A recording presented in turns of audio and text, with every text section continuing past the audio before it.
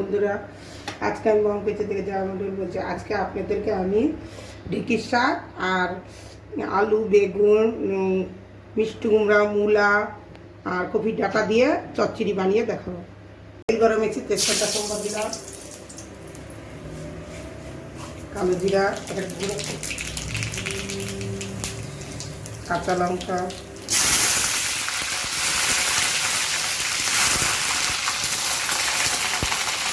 পেঁয়াজ,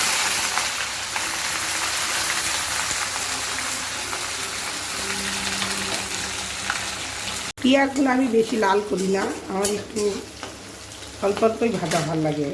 কপির ডাঁটা, বেগুন, আলু, মূলা, মিষ্টি কুমড়া,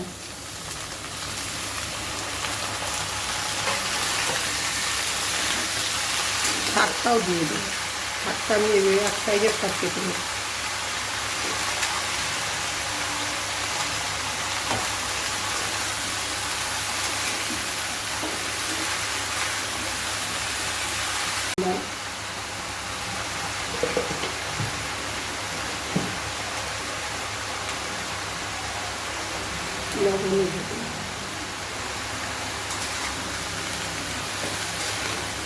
এখন আমি ঢেকে দিব আর হালকা এটা বানাই নেব।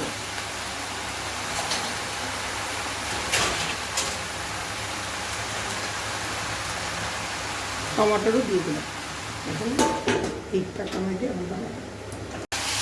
দেখুন, একদম খেতে গুঁড়া মাছের চচ্চড়ির মতনই হয়, খালি মাছ থাকে না, কিন্তু চচ্চড়ির মতনই হয়। এই যে আমি ধন্যবাদটা দিয়ে দিলাম। এখন আর একটু ভাজা ভাজা করে নিব, আর একটু, তারপরে নামাই নেব। হয়ে গেছে আমার ঢেঁকি শাকের চচ্চড়ি, কপির ডাঁটা দিয়ে, সব ধরনের সবজি দিয়ে। আমার ভিডিওটা পছন্দ হলে লাইক, শেয়ার, সাবস্ক্রাইব করবেন।